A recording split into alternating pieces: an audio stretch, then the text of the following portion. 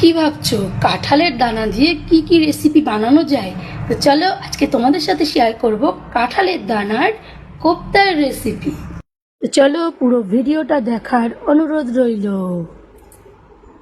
প্রথমে কাঁঠালের বীজটাকে সিদ্ধ করে তার মধ্যে একটু কাজু বাদাম কুচি দিয়ে আদা জিরা ধনের গুঁড়ো শুকনো লঙ্কা গুঁড়ো গরম মশলা গুঁড়ো হলুদ সব কিছু দিয়ে নুন মিষ্টি দিয়ে এটাকে একটা ভালো করে একটা পেস্ট তৈরি করবো। দেখো আটার মতো ভালো করে মেখে নিয়েছি।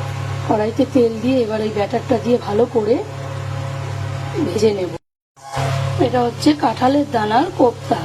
এবার এটাকে আমি একটা পাত্রে তুলে একটু ঠান্ডা করে নিয়ে তারপর গোল গোল করে বড়ার আকারে ভেজে নেব। কোপ্তাগুলো বানানো রেডি হয়ে গেছে, এরপর এগুলোকে তেলে ফ্রাই করব। কোপ্তার বড়াগুলো লাল লাল করে একটু ভেজে নিলাম। দেখো দেখেই কত ভালো লাগছে। দেখতেই পাচ্ছ আমার কাঁঠালের দানার কোপ্তা রেডি হয়ে গেছে। তবে হ্যাঁ, মাঝখানে আমি কিন্তু তোমাদের কিছুটা দেখাতে পারিনি, যেটা আমি গ্রেভিটা করেছি। এটা কিছুই না, নর্মালি আদা জিরা শুকনো লঙ্কা এইসব দিয়ে জাস্ট গ্রেভি করে, আর আমি একটু সাদা তিল আর একটু বাদাম দিয়ে মিক্সি করেছিলাম আদার সাথে।